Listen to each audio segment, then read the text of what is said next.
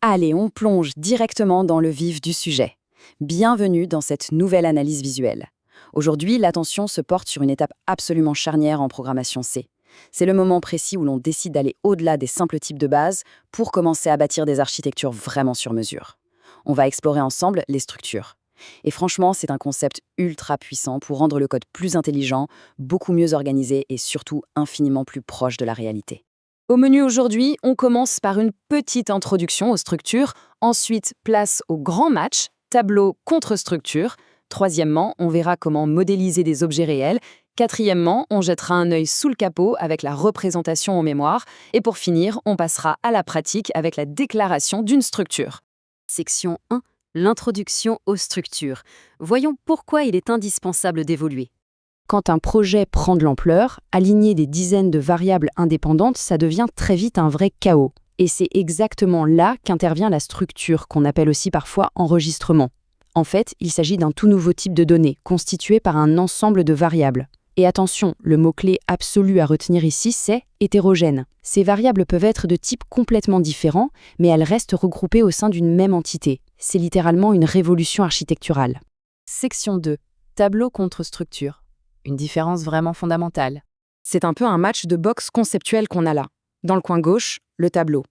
Lui, il obéit à une règle super stricte. Ses champs sont toujours homogènes, toujours du même type. Un tableau d'entiers n'acceptera que des entiers, point final. Mais dans le coin droit, la structure entre sur le ring avec une flexibilité totale. Par nature, elle est hétérogène et encaisse une multitude de types différents regroupés ensemble. C'est précisément cette rupture avec la rigidité qui la rend juste indispensable. Section 3. Modéliser des objets réels. Comment faire pour capturer toute cette complexité? Parce que oui, le monde physique, il n'est pas fait d'un seul type de données. Si l'on veut représenter une personne dans un code, on a besoin d'un nom et d'un prénom. Ça, c'est du type char. Mais l'âge, c'est un nombre entier, donc un int. C'est exactement la même chose pour une voiture. La marque, c'est du texte, mais l'année de fabrication, c'est un chiffre. Mélanger ces types au sein d'un seul et même ensemble, c'est tout bonnement la seule façon de traduire un objet complexe du monde réel en langage machine. Donc, au lieu d'avoir 3 variables indépendantes qui flottent un peu au hasard dans la mémoire juste pour décrire une seule voiture, la structure va venir encapsuler tout ça comme un seau hermétique. Et franchement, c'est de loin la solution la plus élégante pour régler le problème de l'éparpillement des données. Section 4. La représentation en mémoire. On soulève le capot pour voir ce qui s'y cache. Physiquement parlant, la différence d'allocation est fascinante à observer. Dans la mémoire vive, un tableau va s'étaler en alignant des cases strictement identiques en taille. Mais une structure, elle, va créer un agencement de blocs de taille complètement différente. On va par exemple retrouver une grande case pour un double, juxtaposée à une toute petite case pour un char, suivie d'un espace moyen pour un flotte. Et tous ces blocs hétérogènes sont littéralement soudés ensemble par la machine pour former un puzzle ultra cohésif.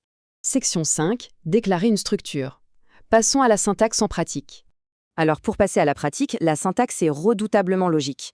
Étape 1, on utilise le mot-clé struct, ce qui alerte immédiatement le compilateur. Étape 2, on donne un nom à cette entité, disons personne ou voiture.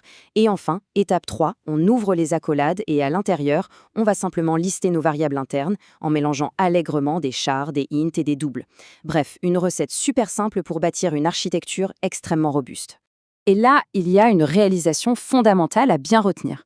Quand on déclare une structure, on ne fait pas juste que regrouper quelques variables. Pas du tout. On est littéralement en train de créer, de toutes pièces, un tout nouveau type de données personnalisées. C'est exactement comme si l'on ajoutait un nouveau mot au vocabulaire du compilateur C pour qu'il comprenne la réalité spécifique du projet en cours. C'est une vraie prise de pouvoir sur le code. Alors, avec cette incroyable capacité à capturer la complexité du monde réel, une vraie réflexion s'impose pour la suite. Comment ces structures vont-elles transformer l'architecture des futurs programmes en C ? Voilà une perspective passionnante qui ouvre grand la voie à des codes beaucoup plus ambitieux. C'est tout pour cette synthèse. À très vite pour continuer à décortiquer les rouages de la programmation.